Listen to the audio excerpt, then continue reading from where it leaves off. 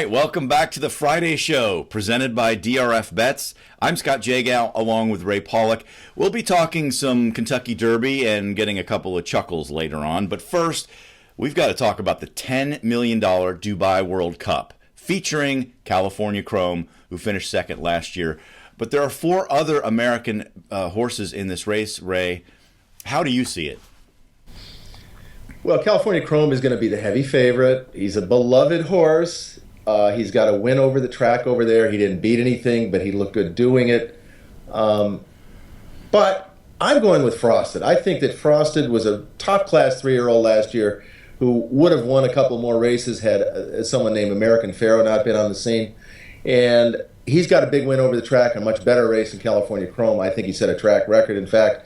And I just think Frosted is coming up to this race perfectly. Wouldn't be surprised to see California Chrome win it, but I'm going to try to beat him. Boo! No, boo! Throwing eggs at the screen. You know, the Chromies are going to go crazy.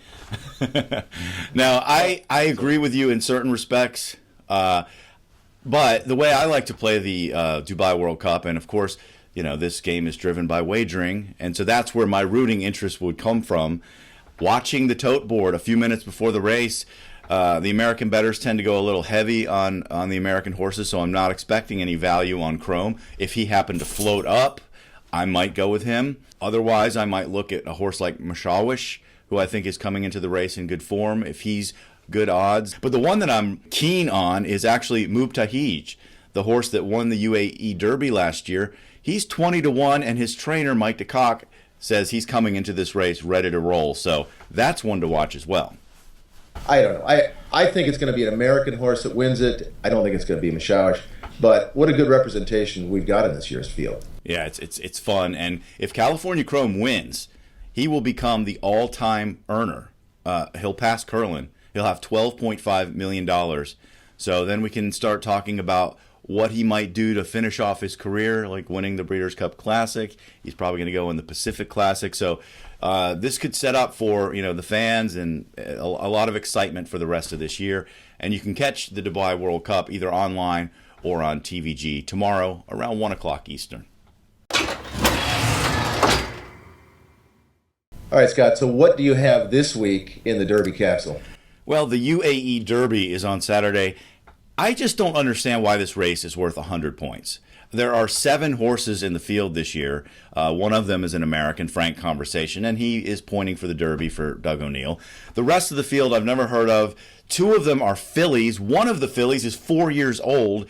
It's a $2 million purse, and there's only 7 horses, which I don't understand. And then the winner gets 100 points, second gets 40, third gets 20. So 3 of these horses could end up in the Kentucky Derby. I just don't think it's worth 100 points.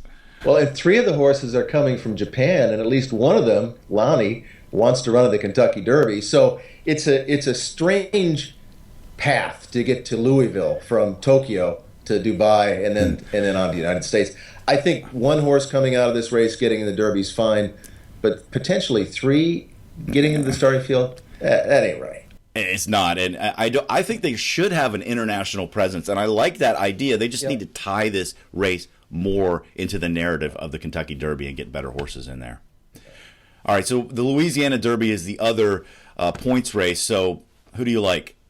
Well, first of all, this race has not been the most productive Kentucky Derby prep. I think the last winner was Grindstone to win the Kentucky Derby. That's been a while.